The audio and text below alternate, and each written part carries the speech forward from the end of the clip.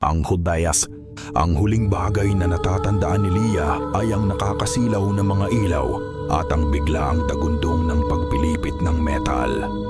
Isang itim na anino ang tumawid sa kanilang harapan.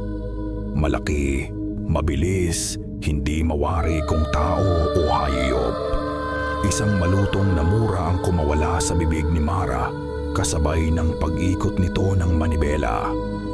Nagprotesta ang mga gulong sa basang kalsada. Nawalan sila ng kontrol.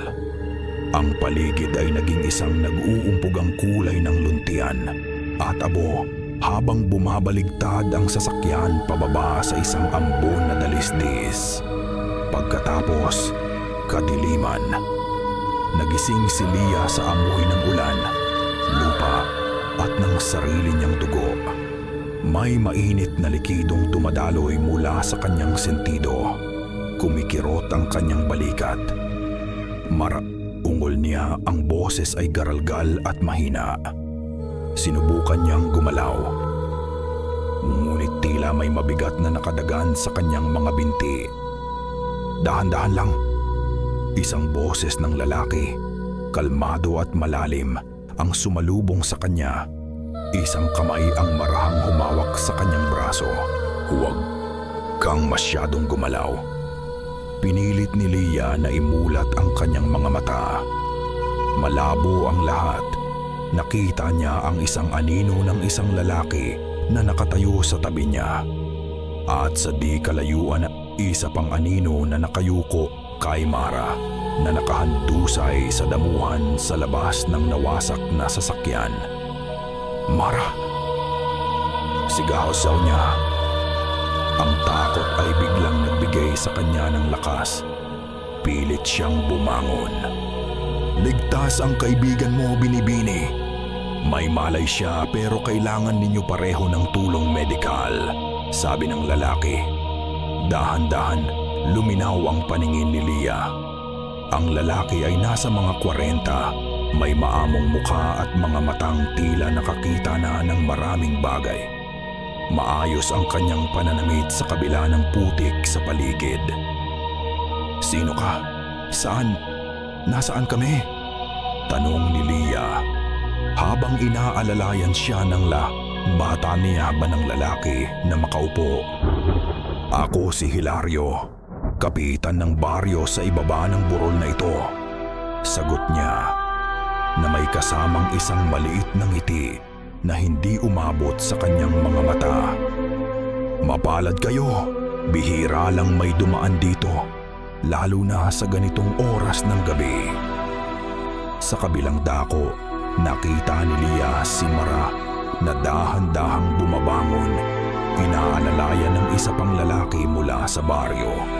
May galos si Mara sa braso pero tila mas maayos ang kalagayan kaysa sa kanya. Lia, okay ka lang? Satnan yan na mamahago may kang. Tanong ni Mara. Ang boses ay nanginginig ngunit kontrolado. Tumangulang si Lia. Hindi pa rin lubusang maintindihan ang nangyayari. Ang sakit ng ulo niya ay napapalitan ng isang kakaibang pagkabagabag. May mali sa lugar na ito. Ang hamog ay masyadong makapal. Ang katahimikan ay nakakabingi. Walang tunog ng mga kuliglig, walang huni ng mga ibon. Tanging ang mahinang pagpatak ng ambon sa mga dahon. Halik kayo, sabi ni Kapitan Hilario. Hindi ligtas dito. Ang aming baryo, ang Malasombra, ay malapit lang. Doon kayo maaaring magpahinga. Mayroon kaming maliit na klinika. Nagkatinginan sina Lia at Mara. Salamat po, pero siguro mas mabuting hintay na lang namin ang tulong, simula ni Lia. Walang signal ng telepono dito, Binibini. Putol ni Hilario. Ang tono ay mabait pa rin ngunit may diin. At walang darating na tulong hanggang bukas ng umaga. Hali kayo. Huwag kayong mag-alala. Kami na ang bahala sa sasakyan ninyo. Walang nagawa ang dalawa kundi sumunod. Habang naglalakad sila sa isang makitid at maputik na daanan, napansin ni Lia ang iba pang mga taga-baryo na lumalabas mula sa mga puno. Hindi sila nagsasalita. Nakatingin lang sila sa kanila. Ngimati na ni. Mga titig na blanko, mabibigat at tumatagos hanggang sa kaluluwa.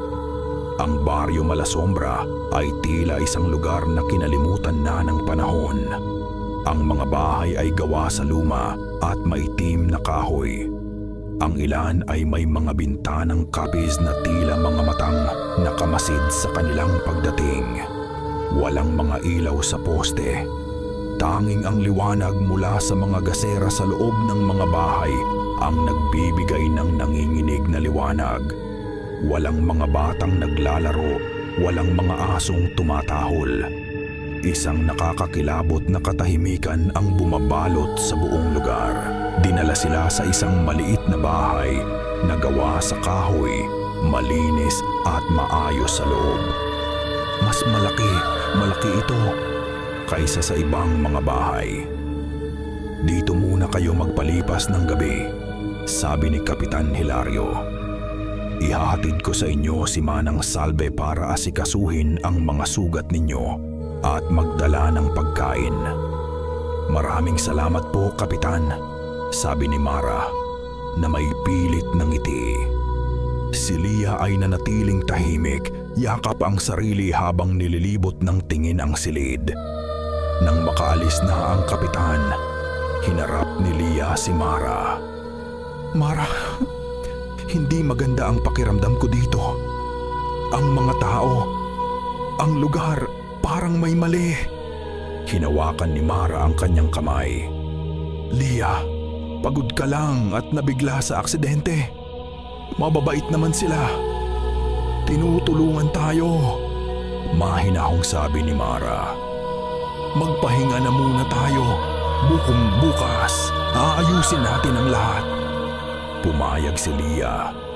Kahit na sumisigaw ang isang boses sa kanyang isipan na tumakbo. Sinubukan niyang kumalma. Sinasabi sa sarili na baka nga dala lang ito ng trauma ng gabing iyon. Habang nakahiga at hindi makatulog, sumilip si Lia sa bintana. Ang hamog ay bahagyang humupa at sa ilalim ng malamlam na liwanag ng buwan, nakita niya ang isang grupo ng mga kalalakihan mula sa baryo. Nasa ibaba sila ng dalisdis, malapit sa lugar kung saan sila naaksidente. Akala niya ay sisimulan na nilang ayusin ang sasakyan. Ngunit hindi.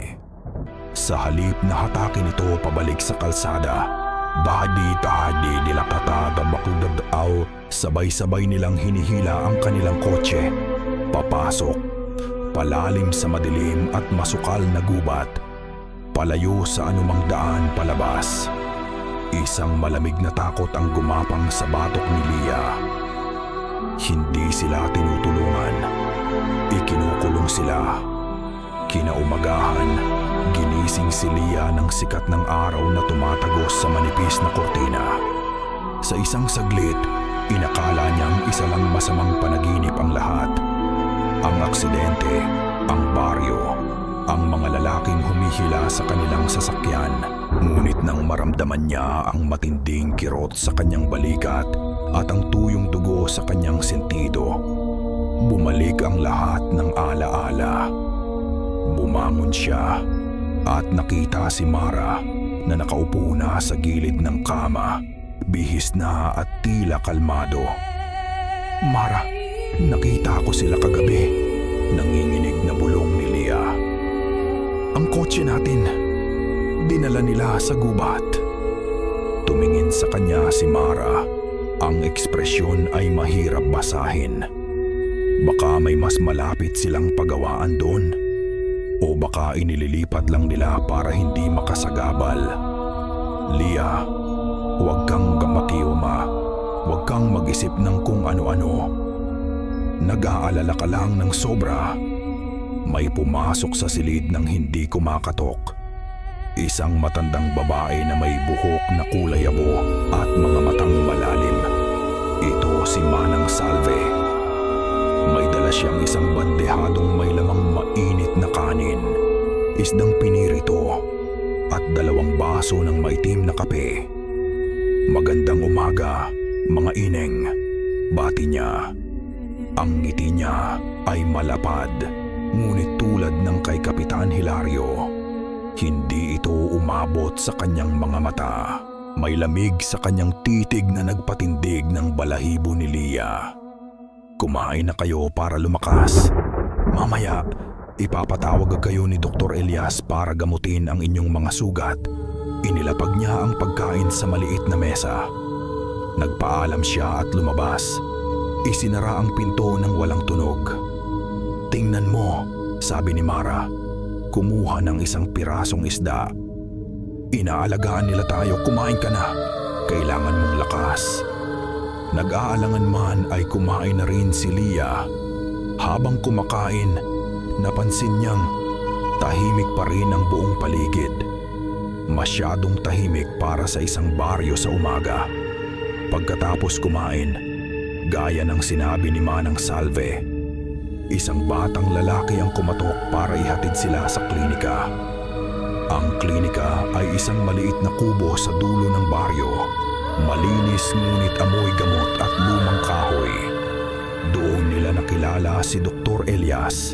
Siya ay isang binatang lalaki na mukhang hindi nababagay sa lugar.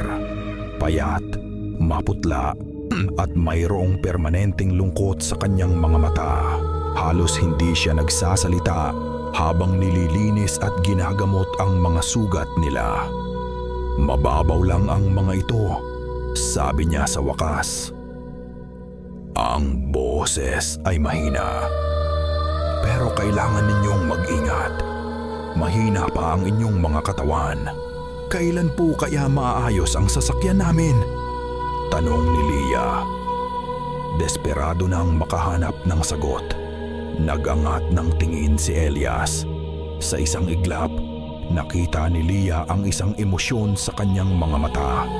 Awa. Mahirap sabihin, malubha ang sira. Sagot niya, umiiwas ng tingin. "Magpahinga na lang muna kayo." Binigyan niya si Lia ng ilang tableta para sa sakit. Habang inaabot ito, idinikit niya ang kanyang mga labi malapit sa tainga ni Lia, na tila may ibubulong. Ang kanyang hininga ay malamig. "Huwag kang iinom ng kahit anong ibibigay nila pagsapit ng gabi," bulong niya, halos hindi marinig. "Tubig lang mula sa gripo." Bago pa man makapagtanong si Aba, siya, lumayo na si Elias at bumaling kay Mara. "Tapos na kayo. Maari na kayong bumalik." Nabalisa si Lia sa babala ng doktor. Habang pabalik sila sa tinutuluyan, sinubukan niyang sabihin ito kay Mara. "Ano ka ba, Lia? Baka naman may kung anong side effect lang yung gamot, kaya niya sinabi yun," sabi ni Mara, na tila walang pakialam. "Masyado kang praning," sabi pa sa halip na bumalik sa kanilang silid. Nagyaya si Mara na maglakad-lakad. Tila nasisiyahan pa siya sa kakaibang kapaligiran. "Tingnan mo, parang bumalik tayo sa nakaraan. Ang simple ng buhay," sabi niya.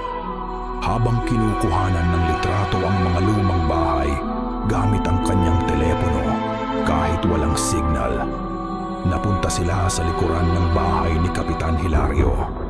Doon, nakita nila si Manang Salve na abala sa pagpapakain ng mga baboy sa isang malaking kulungan. Ang mga baboy ay malalaki at maiitim at gutom na nag-uunahan sa isang malaking batya. Inihagis ni Manang Salve ang laman ng isang timba sa batya. Isang mapula at malapot na likido mapay-tumunit na may kasamang mga piraso ng laman. Kumulo ang sikmura ni Lia. Hindi iyon katulad ng karaniwang kaning baboy. Amoy lansa. Napansin ni Manang Salve na nakatingin sila. Ngumiti na naman siya ng kanyang ngiting walang buhay. "Malalakas kumain ang aking mga alaga," sabi niya. Kailangan silang patabain para sa darating na pista ng piging. Piging? Tanong ni Mara na may bikislap ng interes sa kanyang mga mata. Ang pinakamahalagang pagdiriwang sa aming baryo, paliwanag ng matanda. Isang pasasalamat sa mga ninuno. Malapit na. Mapalad kayo at aabutan ninyo. Bumalik na sila sa kanilang silid. Ang araw ay lumipas ng mabagal at nakakabagot. Ngunit nang magsimulang dumilim, nagsimula na namang kumabog ng mabilis ang dibdib ni Lia. Ang katahimikan ng gabi sa malasombra ay hindi mapayapa. Ito ay mabigat, naghihintay. May narinig siyang mahinang kaluskos sa bubong. Parang mga kuko ng isang malaking ibon na lumalapag. Pagkatapos ay may mga bulungan sa labas. Sa isang lengguwaheng hindi niya maintindihan. Malalim, garalgal at hindi tunog tao. Niyakap niya ang kumot. Si Mara ay mahimbing nang natutulog sa kabilang kama. O nagkukunwaring tulog. Naalala ni Lia na hindi pa siya umiinom ng gamot na bigay ni Elias. Nauuhaw din siya. Sa ibabaw ng kanyang mesa, may isang baso ng tubig na iniwan ni Manang Salve kaninang hapunan. Malamig at mukhang malinis. Ngunit umalingaw-ngaw sa kanyang isipan ang babala ni Elias. Huwag kang iinom ng kahit anong ibibigay nila. Dahan-dahan siyang bumangon. Kinuha niya ang baso ng tubig at lumapit sa isang maliit na paso ng halaman sa may bintana. Isang halamang gumamela na may isang bulaklak na malapit ng bumuka. Walang ingay, ibinuhos niya ang lahat ng laman ng baso sa lupa ng paso. Pagkatapos, uminom siya ng tubig mula sa gripo sa maliit na banyo. Kinaumagahan, nang magising siya, ang unang tiningnan ni Lia ay ang paso. Ang dating malusog na halaman ay kulay kape na. Ang mga dahon ay tuyot at kulubot. Ang bulaklak na sana'y bubuka ay naging itim at nangunguluntoy. Patay. Ang halaman ay patay na patay. Isang malamig na katotohanan ang tumampal kay Lia. Ang babala ni Elias ay totoo. Ang tubig na iyon ay lason. Hindi sila mga panauhin sa lugar na ito. Sila ay mga bihag. Ang patay na halaman ay isang sigaw na walang tunog. Isang hindi maitatangging katibayan na nagpapatunay sa lahat ng takot na namumuo sa dibdib ni Lia. Hindi na niya kailangan ng paliwanag. Lason ang nasa baso. Isang lason na dahan-dahang papatayin ang sinumang iinom nito. O marahil ay gagawin silang mahina at hindi makalaban. Mara, kailangan na nating umalis dito. Ngayon na, sabi ni Lia. Ang boses ay pilit niyang pinapakalma kahit nanginginig ang kanyang mga kamay. Ipinakita niya ang tuyot na halaman. Tingnan mo, ito ang nangyari sa halaman nang ibuhos ko rito, yung tubig kagabi. Tinitigan ito ni Mara ng ilang segundo. Pagkatapos ay tumingin kay Lia na may halong inis. Lia, isang halaman lang yan. Baka naman may sakit na talaga. Huwag kang paranoid. Anong gagawin natin? Tatakbo palabas ng baryo? Saan tayo pupunta? Wala tayong sasakyan. Wala tayong signal. Kahit ano, kahit maglakad tayo, gadakad tayo buong araw. Mas gugustuhin ko pa kaysa manatili dito kahit isang minuto pa. Giit ni Lia. Tumataas na ang boses. Hindi mo ba nararamdaman? Ang mga titig nila, ang katahimikan. Mara, may mali dito. Ang mali ay ang imahinasyon mo. Malamig na sagot ni Mara. At sa unang pagkakataon, nakita ni Lia ang isang bagay sa mga mata ng kaibigan na hindi niya pa nakikita dati. Isang kislap ng pagkayamot. ng pagwawalang bahala na halos kalupitan na. Huminahon ka. Mag-iisip ako ng paraan. Tumalikod si Mara at nagsimulang magsuklay na para bang tapos na ang usapan. Naiwang nakatayo si Lia, gulong-gulo ang isip. Ang taong kaharap niya ay hindi na ang Mara na kilala niya. Pakiramdam niya ay nag-iisa siya, ganap na nag-iisa. Kung walang tutulong sa kanya, kailangan niyang tulungan ang sarili niya. Signal. Kailangan niya ng signal ng telepono. Kung makakatawag lang siya ng pulis, ng kahit sino. Nagkunwari siyang huminahon at humiga sa kama. Hinintay niyang umalis si Mara para maglakad-lakad ulit. Nang sigurado na siyang walang tao sa paligid, dahan-dahan siyang lumabas ng bahay. Bawat hakbang niya ay maingat.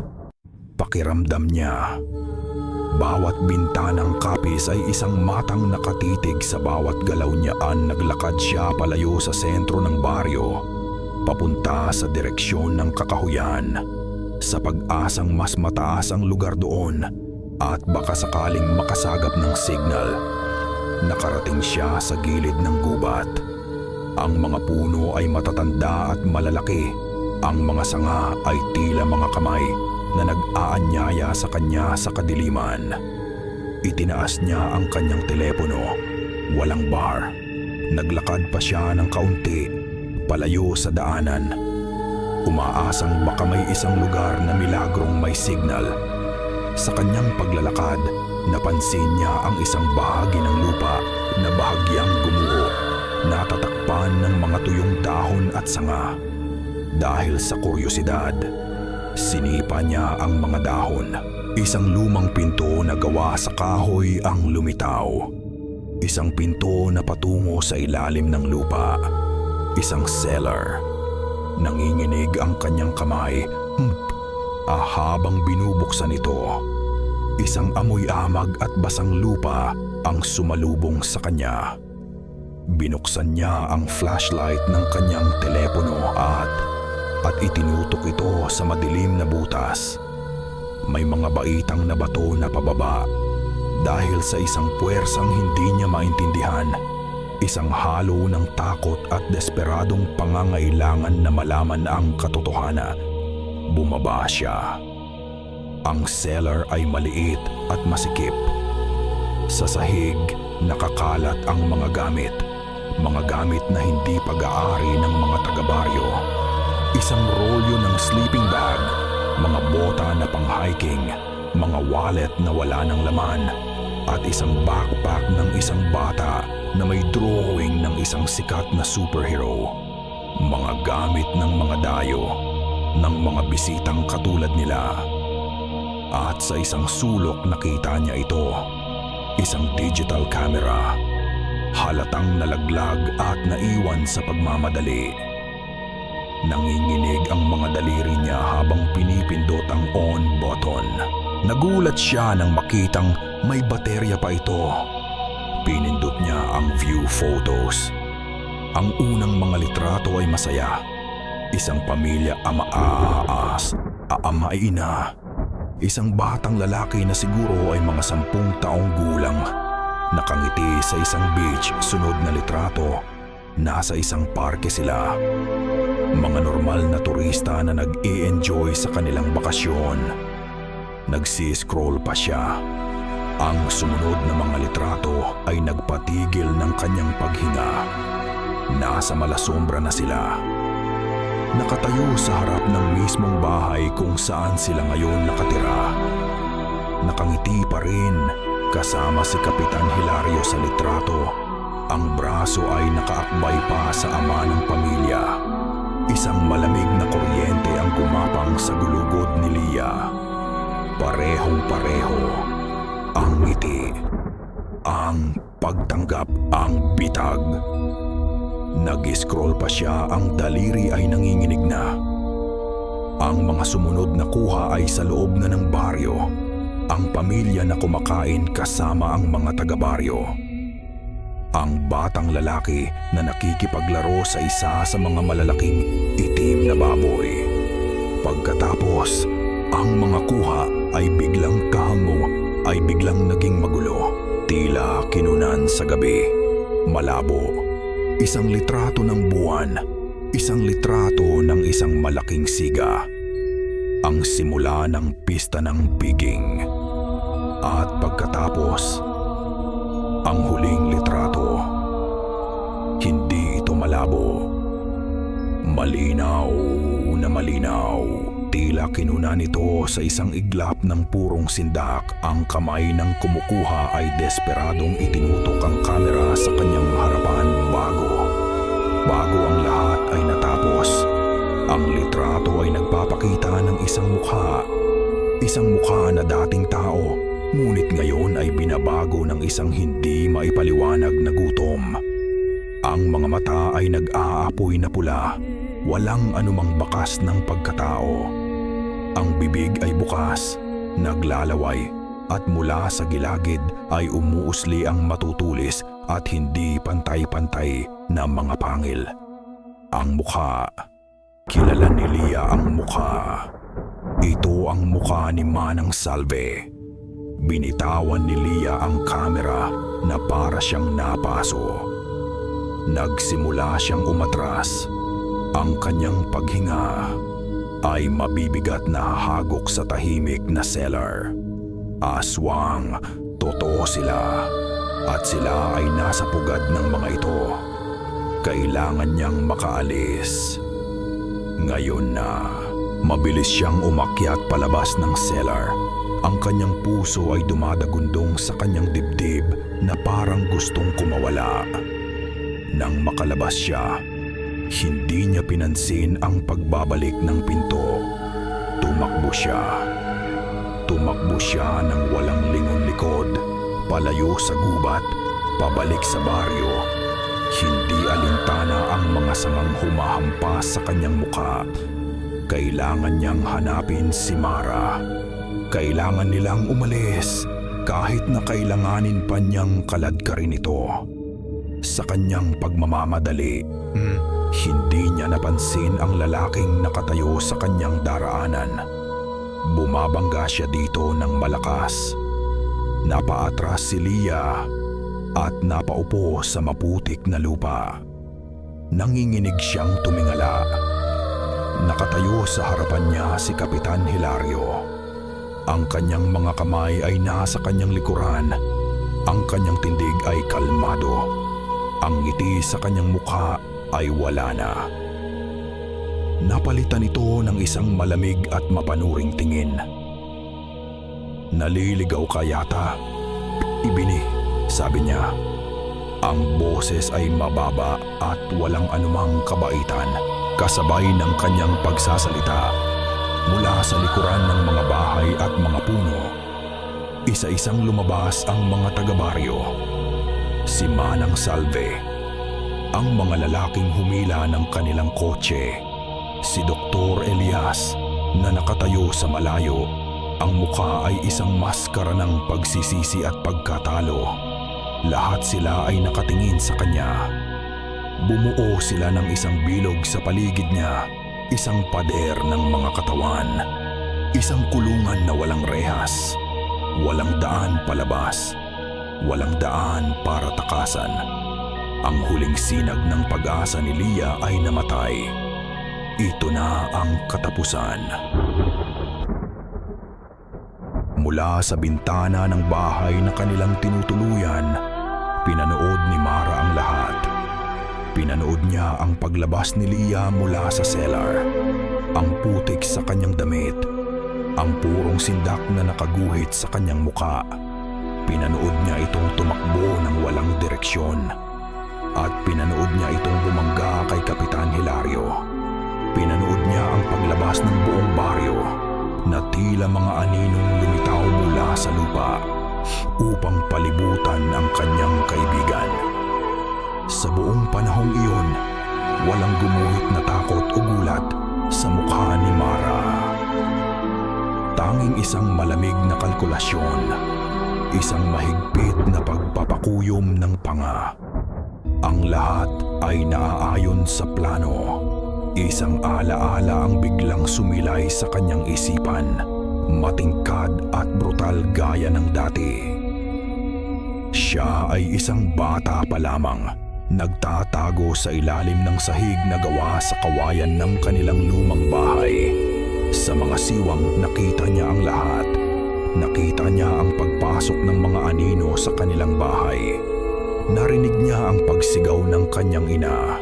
Naamoy niya ang matamis na amoy ng tubo na hinaluan ng nakakaduwal na amoy ng dugo. At nakita niya ang mga pulang mata.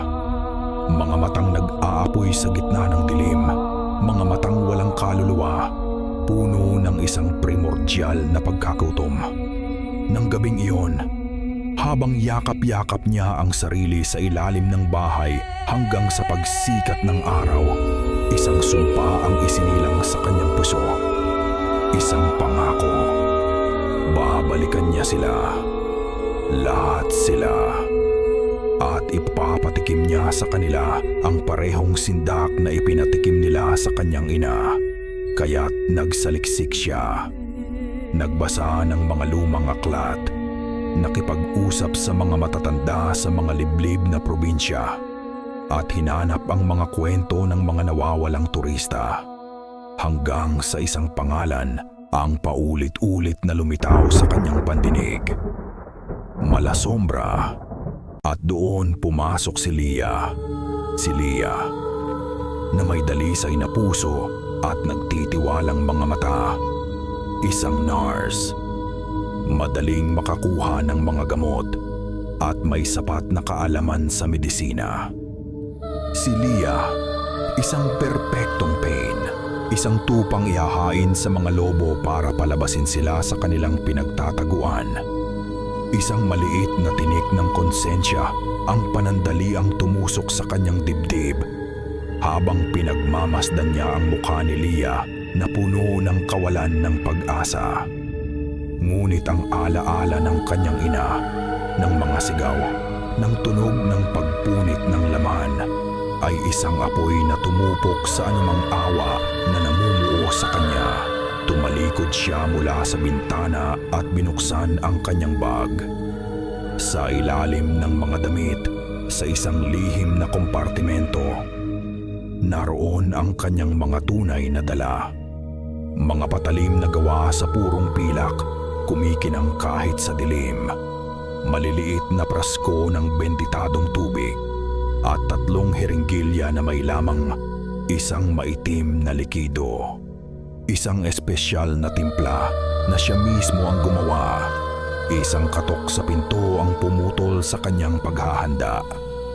Si Kapitan Hilario, ang kaibigan mo ay nagpapahinga na. Sabi nito, ang boses ay walang emosyon. Sumama ka sa akin. Hindi nagsalita si Mara.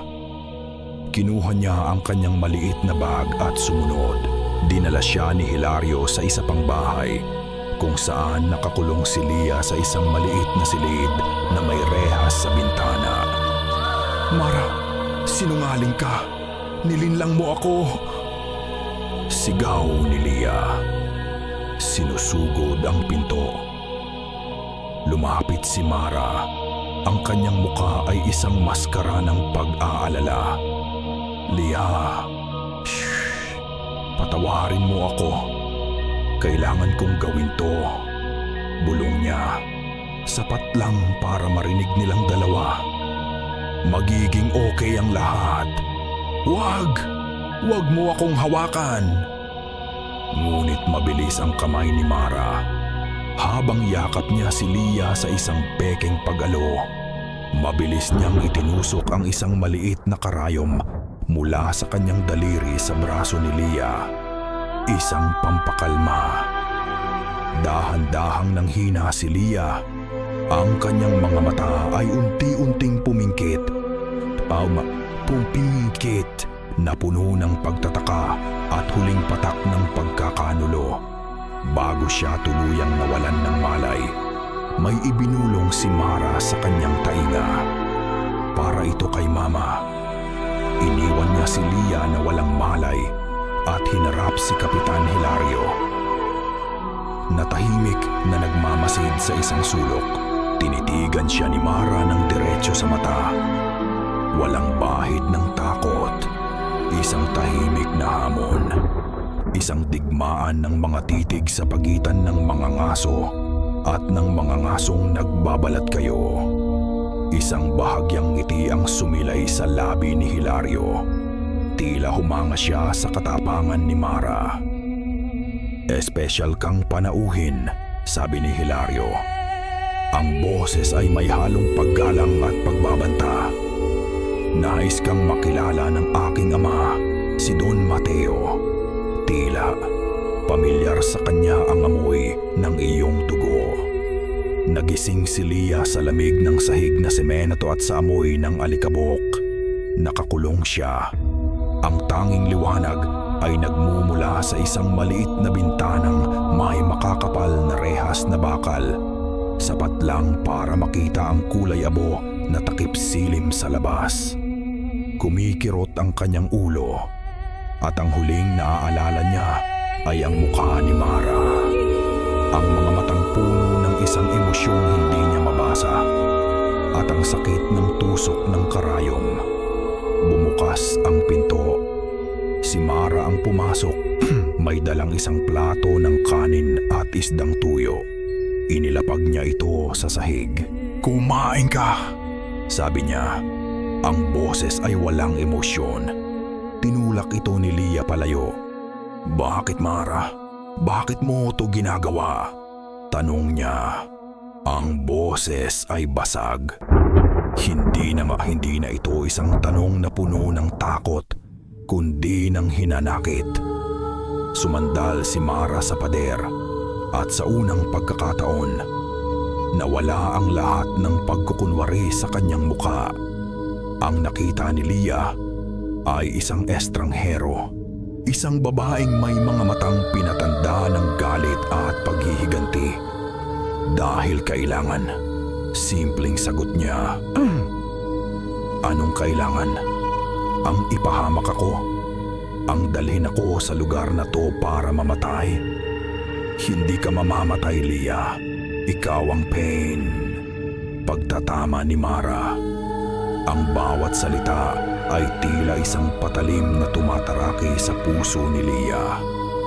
"Hindi ako makakapasok dito nang hindi nila ako pagkakatiwalaan. Kailangan ko ng isang distraksyon. Isang taong magpapakita ng takot, isang taong mag-iisip na biktima siya." Napailing si Lia, hindi makapaniwala sa kanyang naririnig. Lahat ng ito, plano mo. Ang aksidente. Ang preno ay tinanggalan ko ng langis ilang oras bago tayo umalis. Pag-amin ni Mara. Walang bahid ng pagsisisi. Sakto lang para bumigay sa palusong papalusong na bahagi ng kalsadang ito. Nagsaliksik ako, Lia. Alam ko ang bawat sulok ng lugar na to bago pa man tayo tumuntong dito. Ang mga gamot, naisip ni Lia. Ang mga piraso ng palaisipan ay dahan-dahang nagiging isang nakakapangilabot na larawan. Ang mga hormone na ipinakuha mo sa akin sa ospital. Sabi mo para sa'yo yon. Isang mapait na ngiti ang sumilay sa labi ni Mara. Hindi yon hormone. Isa iyong kemikal na nagpapalakas ng pheromones. Ang amoy ng takot. Ang amoy ng dugo. Ginawa kitang isang masarap na pagkain sa kanilang pangamoy. Isang ilaw na hindi nila kayang hindi pansinin. Kaya't ikaw ang una nilang napansin. Ikaw ang una nilang kinulong. Habang ang atensyon nila ay nasa'yo, malaya akong nakakagalaw. Gumuho ang mundo ni Lia. Ang kanilang pagkakaibigan, ang mga taon ng tawanan, ng mga sikretong ibinahagi, ang mga pangarap. Kami pamababa. Lahat ay isang malaking kasinungalingan. Isa lamang siyang kasangkapan sa isang madugong laro ng paghihiganti. Ang nanay ko. Pinatay nila ang nanay ko sa mismong probinsyang ito. Lia, pinanood ko kung paano nila siya pinagpira-piraso. Sabi ni Mara, Ang boses ay biglang naging garalgal, puno ng lason ng nakaraan. Akala mo ba hahayaan ko na lang yon? Hindi, ipinangako ko sa kanya. Ipinangako ko na uubusin ko sila, isa-isa. Pero bakit ako? Bakit kailangang idamay mo ako? Umiiyak na tanong ni Lia. Tumingin si Mara sa kanya at sa isang iglap, nakita ni Lia ang isang kislap ng dating kaibigan. Isang kislap ng pagsisisi. Patawad, Lia, tahadla, bulong nito. Pero ito ang tanging paraan. Kailangan nilang pagbayaran ang ginawa nila. Tumayo si Mara at naglakad papunta sa pinto. Halimaw ka, humihikbing sabi ni Lia. Hindi ka na iba sa kanila. Huminto si Mara sa may pintuan, hindi lumingon. Marahil nga, sagot niya. Pero ako ang halimaw na tatapos sa kanila. Isinara niya ang pinto at ang tunog ng paglak nito ay tila isang hatol ng kamatayan. Naiwan si Lia sa dilim, mag-isa. Ang sakit ng pagkakanulo ay mas matindi pa kaysa sa takot sa mga aswang na nag-aabang sa labas. Wasak na ang kanyang puso, ang kanyang tiwala, ang kanyang pagkakaibigan. Hinampas niya ang pinto, sumisigaw sa galit at kawalan ng pag-asa.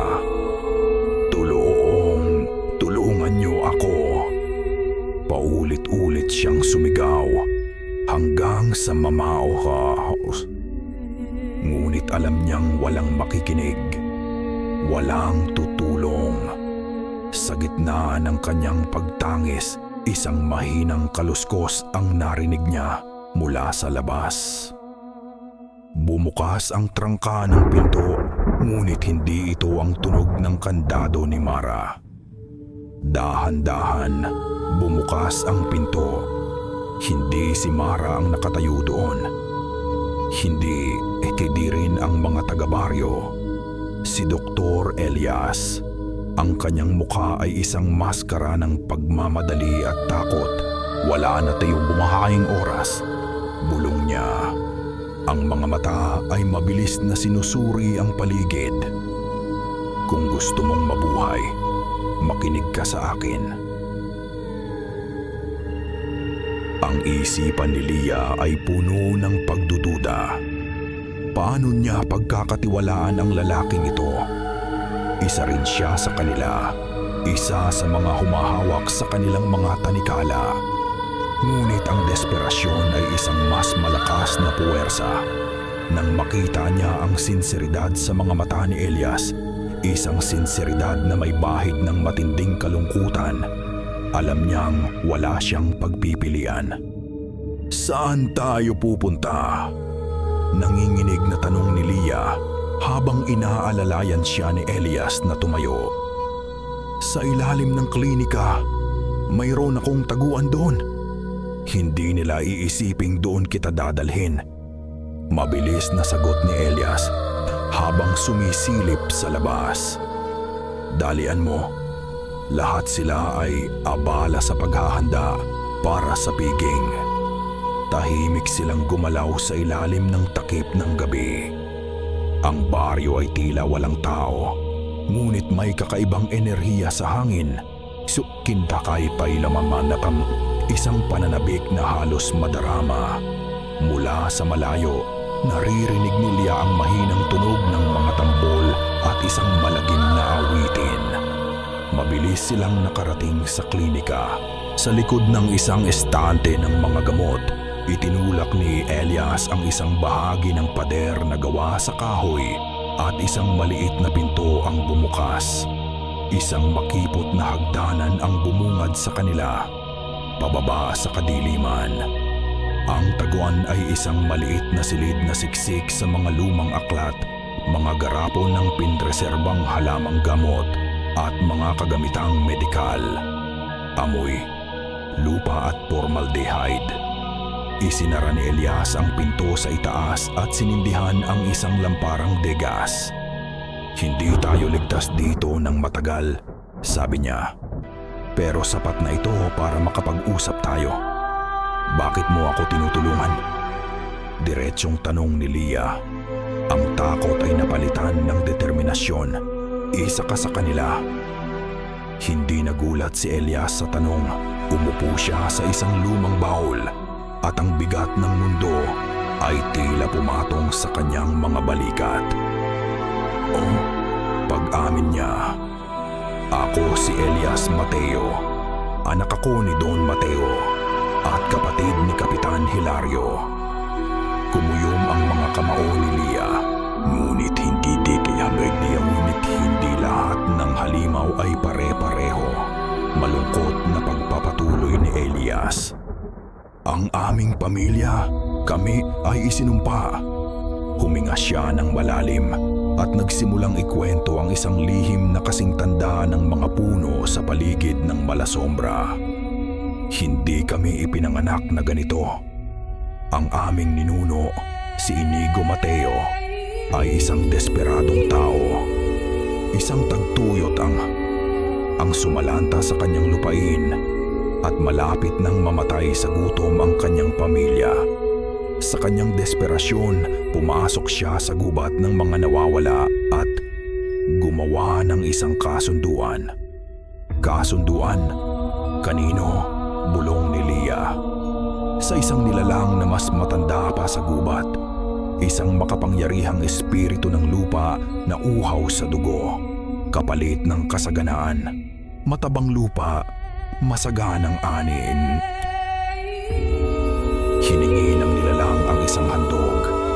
Isang buhay. Bawat taon. Sa ilalim ng kabilugan ng buwan ng anihan. Nagpatuloy si Elias. Ang kanyang boses ay puno ng pait. Pumayag si Inigo. At sa simula, tinupad niya ito. Mga hayop ang kanyang inalay. Ngunit hindi nagtagal. Hindi na nasiyahan ang nilalang. Humingi ito ni Lugia Maldo na kung dugo ng tao. Tumanggi si Inigo, ngunit huli na. Ang kasunduan ay hindi na mababali. Bilang parusa, isinumpa ng nilalang ang kanyang buong angkan. Kami ay binigyan ng lakas, ng bilis at ng buhay na halos walang hanggan. Ngunit kapalit nito ay isang walang katapusang pagkauhaw sa dugo at laman ng tao. Ang piging, sabi ni Lia, nauunawaan na ang lahat. Oo, ang piging para sa mga ninunong uhaw, hindi ito isang pagdiriwang. Isa itong seremonya para pakainin ang nilalang na iyon. Para mapakalma ang sumpa. Kung hindi namin ito gagawin, unti-unti kaming mawawalan ng kontrol. Ang aming anyong tao ay maglalaho at magiging mga ganap na halimaw kami na walang isip. Mga hayop na gutom. Isang alaala ang sumilay sa mga mata ni Elias. Isang alaala na nagdulot ng sariwang sakit. Maraming taon na ang nakalipas. Isang babae ang napadpad dito. Matapang, walang takot. Nakita niya ang aming sikreto. Minahal siya ng isa sa aking mga nakatatandang kapatid. Ngunit ang aking ama, si Don Mateo, ay hindi pumayag. Para sa kanya, ang tradisyon at ang sumpa ang pinakamahalaga. Ang nanay ni Mara, hula ni Lia. Tumango si Elias. Ako ay bata pa lamang noon. Pinanood ko kung paano siya hinatulan ng aking ama at kapatid na si Hilario. Pinanood ko silang gawin ang seremonya ng wala sa panahon. Simula noon, kinasuklaman ko na kung ano kami. Namuhay ako sa kasalanan at kahihiyan. Ngayon ay naiintindihan na ni Lia ang lungkot sa mga mata ng doktor. Ito ay lungkot ng isang taong nakakulong sa isang buhay na hindi niya pinili. Ang kaibiyanan mo, si Mara, ay hindi basta-basta nagpunta dito para maghiganti. Sabi ni Elias, hinila siya pabalik sa kasalukuyan. Ang kanyang dugo, ang dugo ng kanyang ina, ay isang malakas na pang-akit para sa nilalang. Kaya't siya ang gagawin nilang sentro ng seremonya ngayong gabi. Ang kanyang galit at paghihiganti ay magpapalakas sa ritual. Kinuha ni Elias ang isang maliit at baluktot na patalim mula sa ilalim ng baul. Ang talim nito ay gawa sa buto na tila pinakintab at ang hawakan ay nababalutan ng pulang tela. Hindi ito papatay sa kanila, sabi niya. Inaabot ito kay Leah. Ang pilak lamang ang nakakagawa noon. Ngunit ang butong ito ay mula sa isang kinatatakutan nilang hayop. Isang sigbin. Masusugatan sila nito. Bibigyan ka nito ng pagkakataon para makatakas. Sa sandaling iyon, isang malakas at malagong tunog ang umaling-aungaw sa buong baryo. Ang tunog ng isang lumang kampana. Tumindig si Elias. Ang muka ay namutla. Nagsisimula na. Tumingin siya kay Leah. Ang kanyang mga mata ay puno ng desperasyon. Kinuha na nila ang kaibigan mo. Siya ang sentro ng seremonya. Kinakaladkad si Mara ng dalawang malalaking lalaki patungo sa gitna ng baryo. Hindi siya pumalag. Hindi siya natakot. Sayto si Balib. Isang malamig na kagalakan ang gumapang sa kanyang mga ugat. Ito na. Ang gabing hinintay niya sa loob ng maraming taon. Ang liwasan ng malasombra ay hindi na makilala. Isang dambuhalang siga ang nagliliyab sa gitna. Ang mampiwulaning gipanip ko din natatsa. Ang apoy ay sumasayaw at lumilikha ng mga gumagalaw na anino na tila mga kaluluwang naghihirap. Nakapalibot dito ang buong baryo. Lahat sila ay nakasuot ng mga maskarang gawa sa kahoy. Mga maskarang may nakaukit na anyo ng mga hayop na buhong, mga demonyo at mga mukhang pinilipit ng sakit. Sumasayaw sila sa saliw ng mabagal at mabigat na tugtog ng tambol. Ang kanilang mga galaw ay hindi masaya. Ito ay ritualistiko, halos hipnotiko. Ang hangin ay mabigat, puno ng amoy ng nasusunog na kahoy, ng kakaibang matamis na pabango ng mga bulaklak ng kalachuchi at ng isang bagay pa, ang amoy ng lumang dugo. Itinali siya sa isang haliging bato sa harap mismo ng siga. Ang bato ay malamig at may mga ukit ng mga sinaunang simbolo. Sa kanyang harapan, sa kabilang panig ng apoy, ay isang upuang tila isang trono na gawa sa maitim na kahoy at mga buto. Doon nakaupo si Don Mateo. Mukha siyang mahina at uugod-ugod sa kanyang katandaan. Ngunit ang kanyang mga mata ay nagniningning na parang mga baga sa dilim. Tinitigan niya si Mara, hindi bilang isang bihag, kundi bilang isang mahalagang handog. Isang ngiti ang dahan-dahang gumuhit sa kanyang mga manipis na labi. Ang anak ni Eleanor, sabi ni Don Mateo. Ang boses ay mahina ngunit umalingaw-ngaw sa buong liwasan na tila isang kulog. Nagbalik ka, ang dugo mo. Naaamoy ko pa rin ang katapangan ng iyong ina. Nandito ako para tapusin ang sinimulan niya. Walang takot na sagot ni Mara. Ang kanyang boses ay matatag at malinaw. Isang mahinang halakhak ang kumawala kay Don Mateo. Matapang, katulad na katulad niya. Ang katapangan ay masarap na pampalasa sa dugo. Hindi na nagsalita si Mara. Habang ang matanda ay patuloy na nagsasalita, lihim niyang sinusuri ang pagkakagapos sa kanya. Tama ang hinala niya. Ang lubid ay mahigpit, ngunit hindi sapat ang higpit. Isang pagpapakita ng kanilang kayabangan. Isang pagkakamali na sisingilin niya sa kanila mamaya. Itinaas ni Don Mateo ang kanyang kamay na puro buto. Ang mga tambol ay tumigil. Ang pagsasayaw ay huminto. Ang buong baryo ay lumingon at tumingin kay Mara. Ang kanilang mga maskara ay tila sabay-sabay nang umiti. Ang buwan ay nasa kanyang tugatog, sigaw ng matanda. Ang mga ninuno ay nauuhaw. Isang malakas na sigawan ang sagot ng mga taga-baryo.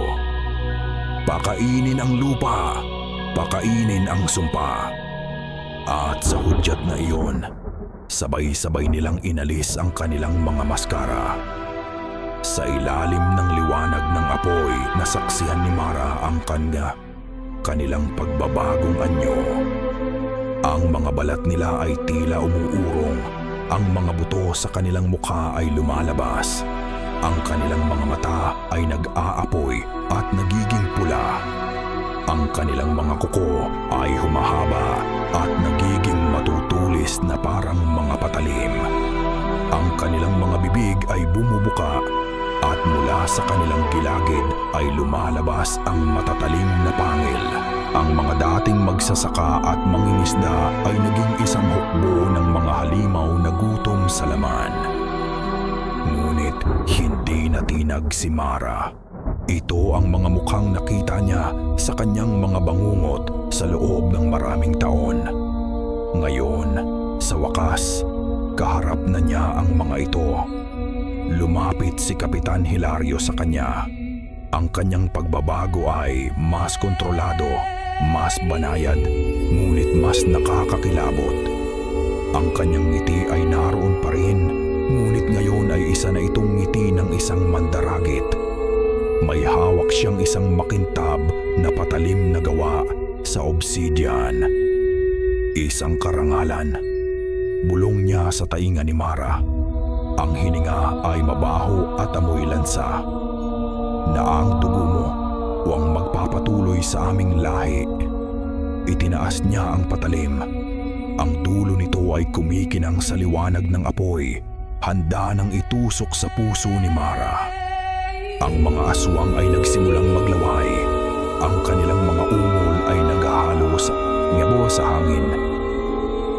Sa gitna ng lahat ng ito, sa bingit ng kamatayan, ginawa ni Mara ang isang bagay na hindi nila inaasahan.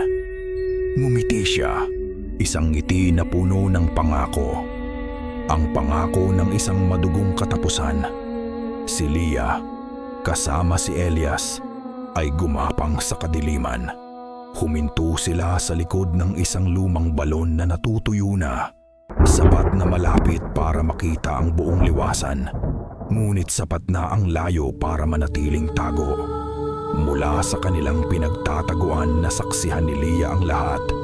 Ang nakakakilabot na pagbabagong anyo ng mga taga-baryo. Ang pagtaas ni Hilario ng patalim. At ang kakaibang ngiti sa mga labi ni Mara. Dumadagundong ang kanyang puso sa takot. Takot para kay Mara. Sa kabila ng lahat. At takot para sa kanyang sarili. Anong gagawin natin? Halos pabulong na tanong ni Lia kay Elias. Maghintay ka sa hudyat ko. Sagot ni Elias. Ang kanyang mga mata ay nakatutok sa isang partikular na bahay sa gilid ng liwasan. Nang akmang itatarak na ni Hilario ang patalim, isang nakakabinging pagsabog ang yumanig sa buong baryo. Ang bahay na tinititigan ni Elias ay biglang nagliyab. Ang apoy ay mabilis na kumalat sa tuyong pawid. Isang malaking bola ng apoy at usok ang umakyat sa kalangitan. Isang bitag, isang distraksyon na inihanda ni Elias. Ang lahat ng atensyon ay napunta sa pagsabog. Ang ritual ay nasira.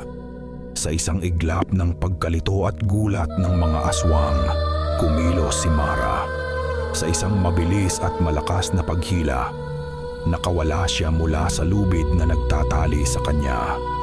Bago pa man makapag-react si Hilario, inagaw ni Mara ang obsidian na patalim mula sa kamay nito. Kasabay noon, bumunot siya ng isang maliit na patalim na pilak na nakatago sa loob ng kanyang bota. Hindi sumigaw si Hilario. Isang gulat na ungol lang ang kumawala sa kanya nang ibaon ni Mara ang patalim. patalim na pilak sa kanyang balikat. Umusok ang balat nito kung saan tumama ang pilak na para siyang napaso. Nagsimula ang kaguluhan. Ang mga aswang na ngayon ay nagugutom at galit dahil sa naantalang-talang ritual ay sumugod na parang isang alon ng mga kuko at pangil. Ngunit si Mara ay handa. Hindi siya isang tupang kinakata. Isa siyang lobo sa gitna ng kawan. Sumayaw siya sa gitna nila. Ang bawat galaw niya ay may layunin, mabilis at nakamamatay. Ang patalim na obsidian sa isang kamay ay ginagamit niyang panangga at pantulak. Habang ang patalim na pilak sa kabilang kamay ang siyang pumapatay. Isang aswang ang sumugod mula sa gilid. Sinalubong ito ni Mara ng saksak sa leeg. Isa pa ang lumundag mula sa likod. Yumuko siya at sinaksak ito sa tiyan. Ang dugo, maitim at malapot, ay tumalsik sa lahat ng dako pati na sa kanyang mukha. Ngunit hindi siya nandidiri. Tila nag-e-enjoy pa siya. Si Lia ay nanonood. Hindi makapaniwala. Ang kaibigan niyang nurse, ang babaeng kasama niyang tumawa at mangarap, ay isa na ngayong anghel ng kamatayan. Gumagalaw ng may bagsik at galing na tila sanay na sanay sa pagpatay. "Kailangan mo nang umalis," sabi ni Elias. Hinila ang braso ni Lia. Habang abala sila sa kanya. Ngunit bago pa sila makakilos, isang anino ang mabilis na bumaba mula sa itaas. Si Manang Salve. Ang kanyang anyo ay mas karimarimarim kaysa sa iba. Mayroon siyang malalapad na pakpak na parang sa paniki na tumubo mula sa kanyang likuran. Ang kanyang mga paa ay naging mga kuko ng agila. Lumapag siya sa kanilang harapan. Ang mga pulang mata ay nakatutok kay Lia. "Walang aalis," ungol niya. Ang boses ay tunog ng dalawang batong nagkikiskisan. Sumigaw si Elias at itinulak si Lia palayo. "Lia, takbo!" Ngunit huli na ang lahat. Mabilis pa sa isang kisap mata, lumipad si Manang Salve at sinunggaban si Lia. Naramdaman ni Lia ang pagbaon ng matutulis na kuko sa kanyang balikat. Isang matinding sakit ang gumuhit sa kanyang buong katawan. Ang lupa ay biglang lumayo sa kanyang paningin. Inangat siya ni Manang Salve sa himpapawid, palipad-lipad sa ibabaw ng nagkakagululong liwasan. Ang hangin ay humahampas sa kanyang mukha. Ang mga sigaw at ungol sa ibaba ay unti-unting humihina habang sila ay pataas ng pataas. "Bitawan mo ako!" Sigaw ni Lia. Pinipilit na magpumiglas, ngunit ang pagkakahawak ng aswang ay parang bakal. Tumingin sa kanya si Manang Salve. Ang mukha ay ilang pulgada lang ang layo. Ang sabi ng kapitan, "Huwag kang sasaktan," sabi nito. Isang karimari-marim ng ngiti ang gumuhit sa kanyang mukha. Pero hindi niya sinabing hindi kita pwedeng ihulog. Tumingin si Lia sa ibaba. Ang siga ay parang isang maliit na tuldok na lamang. Ang mga bahay ay parang mga kahon ng posporo. Kung mahuhulog siya mula sa taas na iyon, tiyak ang kanyang kamatayan. Ang takot ay nagbigay daan sa isang desperadong pag-iisip. Ang patalim. Ang patalim na bigay ni Elias. Nasa bulsa pa rin niya.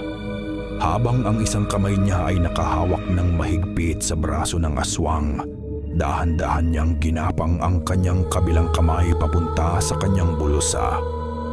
Nanginginig ang kanyang mga daliri. Ilang sandali pa.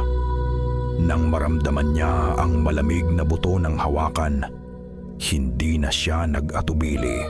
Sa isang iglap ng purong desperasyon, walang pag-aalinlangang itinarak ni Lia ang patalim na buto sa pinakamalapit na target na abot niya. Ang nag-aapoy na pulang mata ni Manang Salve. Isang nakakabinging sigaw ang kumawala sa aswang. Isang sigaw na hindi tunog tao, puno ng sakit at pagkamuhi. Bigla siyang binitawan. Parang bumagal ang lahat. Naramdaman ni Lia ang pagkawala ng bigat. Ang biglaang pagyakap ng malamig na hangin. Ang liwasan sa ibaba ay umikot sa kanyang paningin. Isang magulong tanawin ng apoy, anino at dugo. Walang oras para sumigaw. Ang tanging nagawa niya ay pumikit at hintayin ang pagbagsak. Ang pagbagsak ay hindi sa matigas na lupa. Isang malakas at basag na tunog ang narinig niya, kasabay ng pagtama niya sa isang bubong na gawa sa yero. Ang bubong ay nayupi sa bigat ng kanyang katawan, ngunit sinalo nito ang kanyang pagbagsak. Buhay siya, ngunit sa sandaling sinubukan niyang gumalaw. Isang matinding sakit na hindi niya pa naramdaman kailanman ang gumapang mula sa kanyang kaliwang binti. Tumingin siya sa ibaba at nakita itong nakabaluktot sa isang anggulong hindi natural. Buto. Ang tunog na narinig niya ay ang tunog ng sarili niyang buto na nababali. Isang mahinang ungol ang kumawala sa kanya. Hindi siya makatayo. Hindi siya makakatakas. Isang bilanggo sa ibabaw ng bubong. Isang sugatang hayop na naghihintay na lang na lapain. Mula sa kanyang masakit na puwesto, mayroon siyang malinaw na tanawin ng buong masaker sa ibaba. At ang kanyang nasasaksihan ay nagdulot ng isang bagong uri ng kilabot sa kanyang kaluluwa. Si Mara, hindi siya nakikipaglaban para mabuhay. Siya ay nangangaso na bawat galaw niya ay puno ng galit at kasiyahan. Sumasaksak, pumuputol, dumudurog. Walang awa, walang pag-aalinlangan. Ang mga aswang na kinatatakutan niya kanina ay nagmukha na ngayong mga kaawa-awang hayop na kinakatay. At si Mara, tumatawa siya. Isang tawa na hindi kailanman narinig ni Lia mula sa kanya. Isang tawa na puno ng galit, tagumpay at kabaliwan. Ang dugo ng mga aswang ay nakapinta sa kanyang mukha na parang isang maskara ng digmaan. Ang babaeng nag-aalaga ng mga may sakit, ang kaibigan niyang mahinahon, ay nawala na. Ang nakatayo sa gitna ng apoy ay isang halimaw na nagpapakasasa sa pagdanak ng dugo. Tumingin si Lia kay Don Mateo. Ang matandang pinuno ay hindi man lang gumagalaw mula sa kanyang trono. Hindi siya nakikipaglaban. Nanunood lang siya. Isang maliit na ngiti ang nakaguhit sa kanyang mga labi, na para bang pinapanood niya ang isang magandang pagtatanghal na matagal na niyang hinintay. Sa ibaba, ang labanan sa pagitan ni Mara at Hilario ay umabot na sa sukdulan. Si Hilario, kahit sugatan, ay mabilis at malakas. Ngunit si Mara ay mas mabilis, mas matalino, at higit sa lahat, mas puno ng puot. Sa isang mabilis na pag-ikot, naiwasan ni Mara ang isang atake at itinarak ang kanyang patalim na pilak diretso sa dibdib ng kapitan. Napaluhod si Hilario. Ang kanyang pulang mata ay puno ng pagtataka. Bumagsak siya sa lupa, walang buhay. Tapos na. Nagtagumpay si Mara. Ngunit hindi nakaramdam ng ginhawa si Lia. Tanging isang lumalalim na takot. Habang nakatayo si Mara sa ibabaw ng bangkay ni Hilario, duguan at humihingal, dahan-dahang tumayo si Don Mateo mula sa kanyang trono. Ang katahimikan ay bumalot sa liwasan. Maging ang mga natitirang aswang ay napaatras. Magaling, anak ni Eleanor. Magaling, sabi ni Don Mateo. Ang boses ay kalmado, ngunit may kapangyarihang yumanig sa buong paligid. Pinakain mo ang kanyang galit, Pinalakas mo ang kanyang dugo. Ngayon, oras na para sa tunay na handog. Nagsimulang magbago ang anyo ni Don Mateo. Ngunit hindi ito ang pagbabagong anyo na nakita niya sa iba. Ang kanyang mga buto ay tumutunog at lumalaki. Ang kanyang balat ay pumuputok at inilalabas ang isang itim at makintab na balat sa ilalim. Ang kanyang katawan ay humahaba. Nagiging mas malaki, mas matangkad. Hindi ito ang pagbabago tungo sa isang aswang. Ito ay mas luma, mas primordial. Isang bagay na hindi dapat magkaroon ng anyo sa mundong ito. Sinubukan ni Leah na gumapang paatras, ngunit ang sakit sa kanyang binti ay nagpako sa kanya sa kanyang kinalalagyan. Ang tanging magawa niya ay manood sa gitna ng sindak. Habang ang tunay na pinuno ng malasombra ay inilalabas ang kanyang tunay at nakakapangilabot na anyo. Nakatayo si Mara sa ibabaw ng walang buhay na katawan ni Kapitan Hilario. Ang kanyang dibdib ay mabilis na tumataas baba. Ang dugo at pawis ay magkahalo sa kanyang balat. Ang pagpatay sa pinuno ng baryo ay hindi nagdulot ng kasiyahan na inaasahan niya. Sa halip, isang nakakabinging katahimikan ang pumuno sa puwang na iniwan ng kanyang galit. Isang malamig na kawalan. Ang kanyang atensyon ay nabaling kay Don Mateo. Ang pagbabagong anyo ng matanda ay tapos na. Ang nakatayo na ngayon sa harap niya ay hindi na isang tao. Isa itong nilalang na may taas na 10 talampakan. Ang katawan ay balingkinitan, ngunit tila gawa sa bato. Ang balat nito ay itim na parang uling. At may mga sungay na nakabaluktot sa kanyang ulo na parang isang korona ng mga patay na sanga. Mayroon itong 4 na mahahabang braso. Bawat isa ay nagtatapos sa mga daliring kasing tulis ng punyal. Ngunit ang pinakanakakapangilabot sa lahat ay ang kanyang mukha. Walang ilong, walang mata. Tanging isang nagngangalit na bibig na puno ng daan-daang maliliit at matutulis ng ngipin. Ang mamamapamadiya atent na bumubuka na parang isang bulaklak ng kamatayan. Ito ang nilalang na sumumpa sa kanilang angkan. Ang uhaw na ninuno, ang Diyos ng kanilang baryo. Ang mga natitirang aswang ay yumuko, nanginginig sa takot at pagsamba. Si Mara lang ang nanatiling nakatayo. Ang kawalan na naramdaman niya kanina ay muling napalitan ng apoy. May isa pa, ang ugat ng lahat ng kasamaan. Ikaw, sabi ni Mara. Ang boses ay mahina ngunit puno ng lason. Ikaw ang kumuha sa kanya. Hindi sumagot ang nilalang gamit ang bibig. Ngunit isang boses ang umalingaw-ngaw sa isipan ng lahat. Isang boses na kasing tanda ng bato at kasing lamig ng libingan. Ang iyong ina ay isang masarap na handog, sabi ng boses. Ngunit ang kanyang dugo ay walang galit na katulad ng sayo.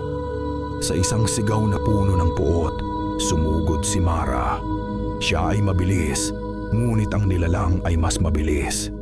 Isa sa mga braso nito ang humampas sa kanya na nagpatilapon sa kanya sa kabilang dulo ng liwasan. Bumagsak siya sa lupa. Ang mga buto ay tila nabali sa lakas ng impact. Ubo siya ng dugo, ngunit muli siyang tumayo. Ang mga patalim niyang pilak ay tila mga laruan laban sa makunat na balat ng halimaw. Bawat saksak niya ay nag-iiwan lang ng mababaw na gasgas na agad ding naghihilom. Ang nilalang ay tila hindi man lang nasasaktan. Sa halip, tila naglalaro lang ito sa kanya. Sinasalag ang kanyang mga atake ng walang kahirap-hirap.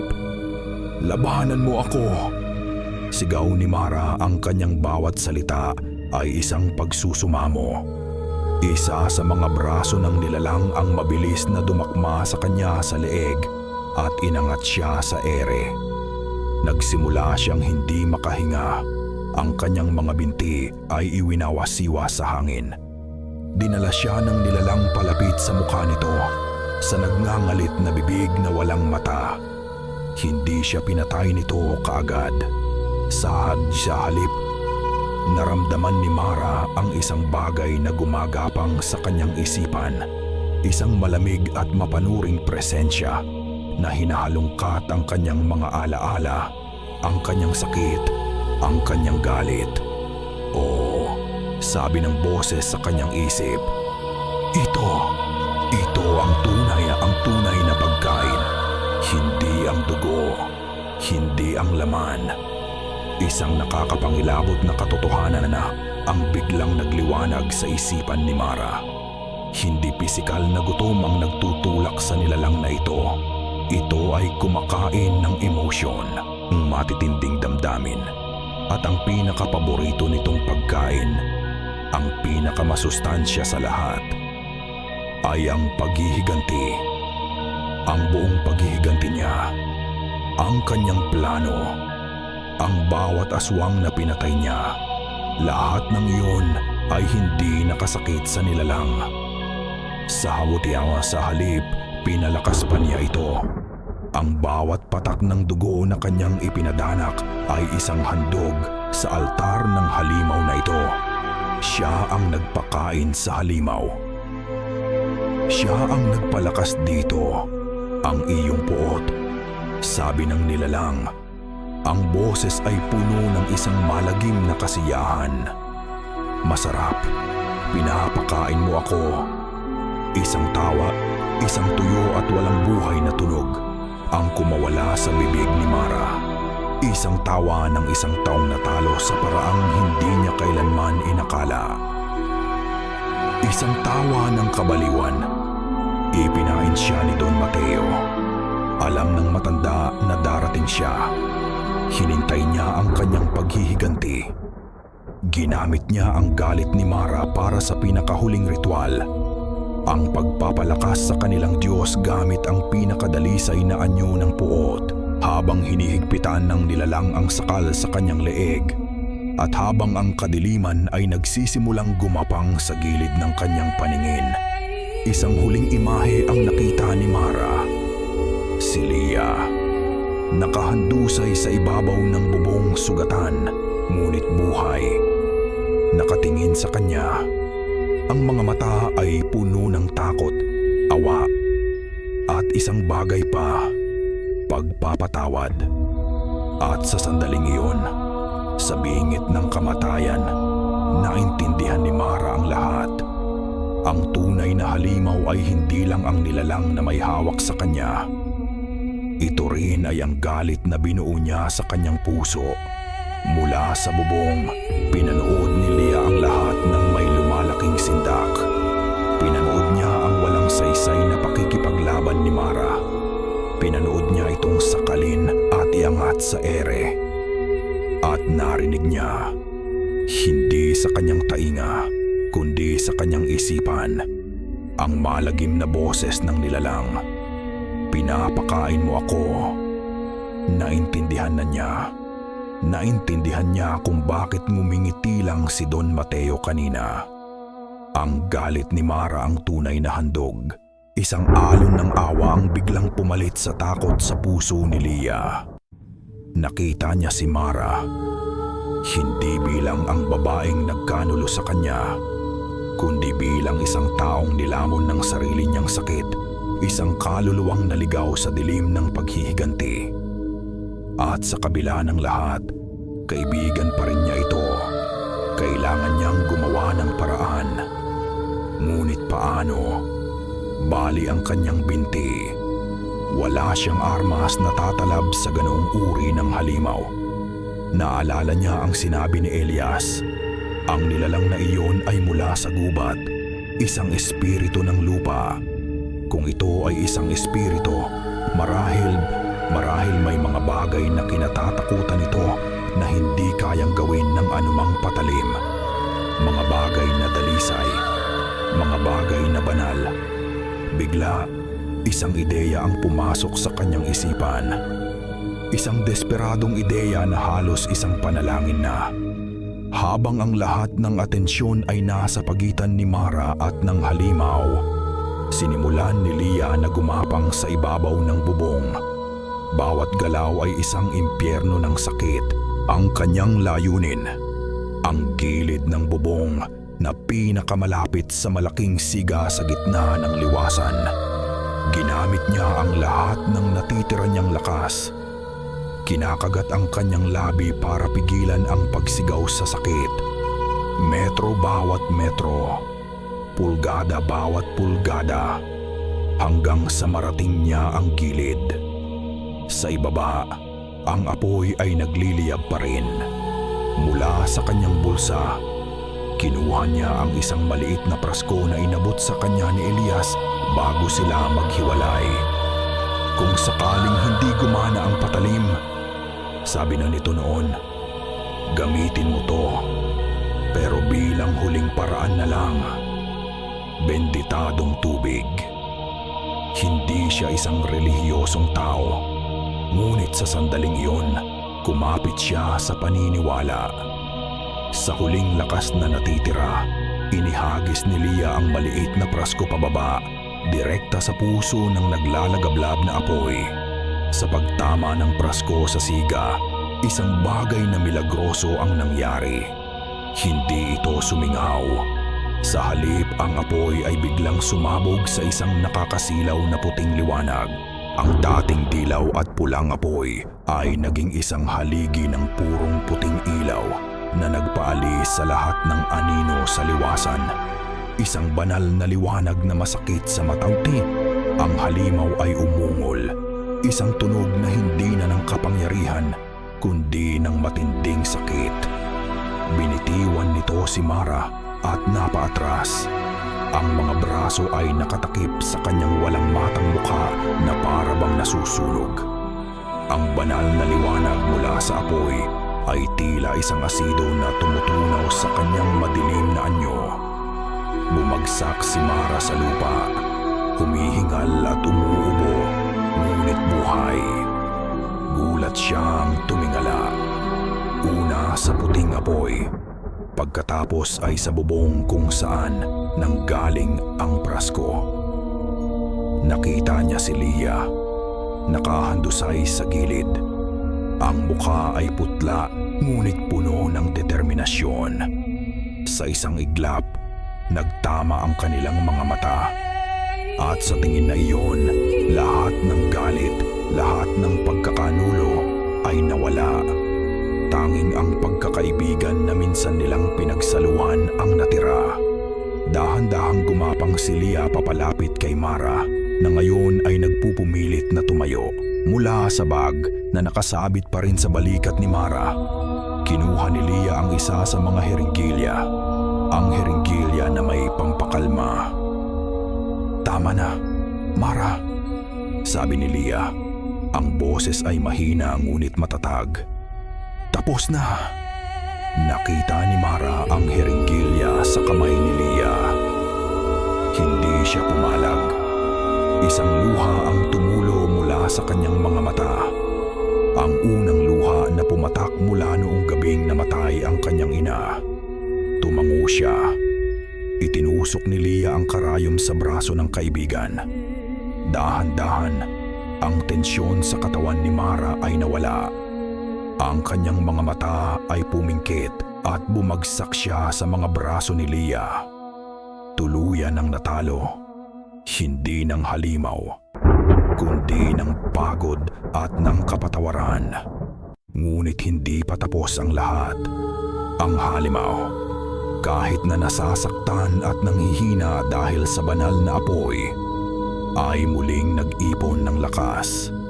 Ang puot nito ay nabaling ngayon kay Lia, ang pinagmulan ng liwanag. Sa isang huling desperadong sigaw ng galit, sumugod ito patungo sa dalawang babae. Isinara ni Lia ang kanyang mga mata, niyakap si Mara, at hinintay ang katapusan. Ngunit sa halip na mga kuko at pangil, Ang narinig niya ay isang malakas na putok, isang putok ng baril. Nagmulat siya ng mata. Nakatayo sa pagitan nila at ng halimaw si Elias. May hawak siyang isang lumang shotgun, ngunit ang bala na ipinutok niya ay hindi ordinaryo. Kung saan ito tumama sa bibig ng halimaw, isang apoy na kulay asul ang biglang sumiklab. Flare gun, puno ng phosphorus. Ang apoy ay mabilis na gumapang papasok sa lalamunan ng nilalang. Nagsimula itong masunog mula sa loob. Ang mga sigaw nito ay naging mga bulwak ng asul na apoy. Nabuwal ang dambuhalang nilalang. Nagpagulong-gulong sa lupa sa matinding paghihirap hanggang sa ito ay naging samamanamuan. Isang nagliliyab na uling at abo na lamang. Katahimikan. Tapos na. Sa wakas, tapos na. Ang katahimikan na sumunod sa pagkamatay ng halimaw ay mas nakakabingi kaysa sa lahat ng sigawan kanina. Ang tanging naririnig na lang ay ang paglagitik ng apoy at ang paghihinga ng 3 taong nakaligtas. Ang mga natitirang aswang, ngayong wala na ang kanilang pinuno at ang sumpang nagbubuklod sa kanila, ay nagsitakbuhan sa gubat na parang mga hayop na walang direksyon. Dala ng kanilang pinakapangunahing takot. Tinulungan ni Elias si Leah na makababa mula sa bubong at magkasama nilang binuhat ang walang malay na si Mara. Walang nagsasalita. Walang salitang kayang ilarawan ang gabing kanilang pinagdaanan. Doon, turo ni Elias sa isang lumang truck na nakatago sa likod ng klinika. Ito ang maglalabas sa atin dito. Habang inilalagay nila si Mara sa likod ng truck, lumingon si Leah at huling pinagmasdan ang Baryo Malasombra. Ang mga bahay ay nasusunog. Ang liwasan ay isang sementeryo ng mga bangkay at abo. Isang lugar na isinumpa na ngayon ay tinutupok ng sarili nitong apoy. Umalis sila ng walang lingon likod. Ang biyahe palabas ng gubat ay matagtag at tahimik. Pagsikat ng araw, narating nila ang isang highway. Huminto si Elias sa isang abandonadong waiting shed. Hanggang dito na lang ako, sabi niya. Ang mukha ay pagod at mas matanda ng ilang dekada. Saan ka pupunta? Tanong ni Leah. Babalik, sagot ni Elias. Isang mapait na ngiti ang sumilay sa kanyang labi. Kailangan kong siguraduhin na ang sumpa ay magtatapos kasama ng aking pamilya na walang matitira. Ito ang aking pananagutan. Bago bumaba si Leah sa truck, hinawakan ni Elias ang kanyang kamay. Mag-ingat ka, Leah. At ingatan mo siya, sabi niya. Tumango sa direksyon ni Mara na mahimbing pa ring natutulog. Ang paghihiganti ay isang lason. Huwag mong hayaang ito pa rin ang pumatay sa kanya. Tumango si Leah. Walang salitang namutawi. Pagkatapos, naglakad na palayo si Elias pabalik sa daan patungo sa impyerno na kanyang iiwanan. Ilang buwan ang lumipas. Nakatira na ngayon si Leah sa isang maliit na apartment sa isang siyudad na malayo sa lahat ng kanyang nakaraan. Nagtatrabaho siya bilang isang pribadong nurse. Ang kanyang binti ay gumaling na, ngunit nag-iwan ito ng pilat at isang bahagyang pag-ika-ika. Isang permanenteng paalala. Sa sala, nakaupo sa isang wheelchair ay si Mara. Gising siya ngunit ang kanyang mga mata ay blanko. Laging nakatingin sa labas ng bintana sa isang lugar na hindi nakikita ng iba. Hindi na siya nagsasalita. Ang trauma, ang sakit ng paghihiganti at ang bigat ng kanyang mga ginawa ay kinuha ang lahat sa kanya. at iniwan lamang ang isang walang laman na katawan. Si Leah ang nag-aalaga sa kanya. Pinapakain, pinapaliguan, binibihisan. Ang pagkakaibigan nila ay matagal nang namatay, ngunit pinalitan ito ng isang mas komplikadong buklod. Isang halo ng awa, responsibilidad, at kasalanan. Nakulong siya sa tabi ng babaeng sumira sa kanyang buhay. Ito ang kanyang naging sumpa.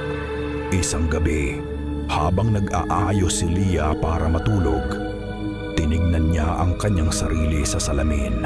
Nakita niya ang pilat sa kanyang balikat kung saan bumaon ang mga kuko ni Manang Salve. Nakita niya ang pagod sa kanyang mga mata. Nakaligtas siya sa malasombra, ngunit kailanman ay hindi siya tunay na makakatakas dito. Nahiga siya sa kama at ipinikit ang kanyang mga mata. Umaasa sa isang gabing walang bangungot. Ngunit sa kalaliman ng gabi, isang tunog ang gumising sa kanya. Isang mahinang bulong. Galing ito sa sala. Dahan-dahan siyang bumangon, kinakabahan. Naglakad siya papunta sa madilim na sala. Doon, sa liwanag ng buwan na tumatagos sa bintana, nakita niya si Mara sa kanyang wheelchair. Ngunit hindi na ito nakatingin sa labas. Nakatingin ito sa kanya. Sa loob ng maraming buwan, ito ang unang pagkakataon na nakita ni Leah ang anumang uri ng emosyon sa mga mata ni Mara. Ngumiti si Mara. Ngunit hindi ito ang ngiti ng kanyang dating kaibigan. Ito ay isang ngiting pamilyar. Isang ngiting nakita na niya dati sa liwasan ng malasombra. Sa mukha ng isang matandang pinuno ng mga aswang bago nito ilabas ang tunay na anyo. Isang nangiting gutom. Uhaw ako, Leah. Bulong ni Mara. Ang kanyang boses ay mahina at garalgal, ngunit malinaw sa nakakabinging katahimikan ng gabi. Uhaw na uhaw ako. At dito nagtatapos ang madilim na kwento ni Leah at Mara. Sa lahat ng nakinig at sinamahan ako hanggang sa huling sandali ng paglalakbay na ito, mula sa kaibuturan ng aking puso, maraming salamat. Ang pagsulat sa sinapit ni Leah at Mara ay hindi naging madali.